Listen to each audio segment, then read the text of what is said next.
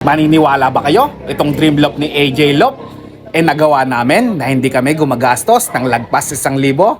Tara, i-breakdown natin kung magkano ang gastos dito. Let's go! Eto nga yung mini dream loop na ginawa namin para sa batang pansyir na ito na si AJ Loop, mga tol. Kwentahin nga natin, mga tol, kung magkano yung nilabas namin pera para dito sa loop ni AJ. Boy, yung bubong!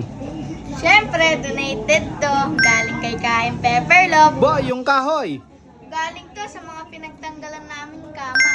Boy, paano yung mga kahoy? Diba kinulang tayo ng kahoy? Saan nang galing? Haba. Binili ba natin? Hindi. O saan galing? Siyempre, galing sa furniture. Ayan, galing sa gawa ng furniture. Hiningi namin yung mga dagdag na kahoy, mga tol. Boy, yung dingding! Donated. Donated yan. Galing dito. Ay, yung lona, boy!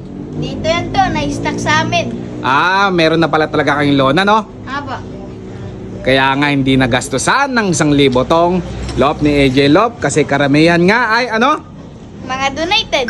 Donated. Mga tol, ang tanging lagastos lang nga dito sa mini dream loop ni AJ Loop ay yung mga ginastos namin para sa mga screw, dito sa mga net, at syempre yung mga tech screw ng bubong. Yun na lang ang i-breakdown natin, mga tol. Tara! Mga tol, mga nagastos nga lang namin dito sa mini dream loop ni AJ Loop, number 1, mga tol, yung black screw. Katulad ng mga ganito, mga tol. Ayan, yung mga black screw na ganyan. Yan, mga black screw na ganyan, mga tol. Gastos namin dyan siguro mga 150 pesos. Tapos bumili din kami ng stick well na halagang 80 pesos, pero may sobra pa. So 230 na. Sa tech screw naman, saka yung mga screw, yun nga, tech screw, saka mga tag nito, tox, masano lang din naman, mga 100 pesos. Magkano na? 330 na. Tapos itong screen, mga tol, ayan, yung mga screen na nagamit, ito. Yan, gastos namin dyan, parang 150 ata, yun, binayadan ko, so 150. Magkano na?